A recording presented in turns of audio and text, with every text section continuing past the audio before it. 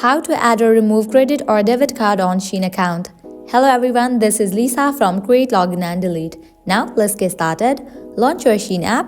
You will land to the shop page. Now head towards any of the item that you want to place order. After you choose the item, select the details for it, size and color. After you select it, click on Add to Cart option. After you are done with selecting the items and adding them to cart, click on this cart icon. Now from here, you can check in for the items that you want to place order for. Once you are done, click on Checkout.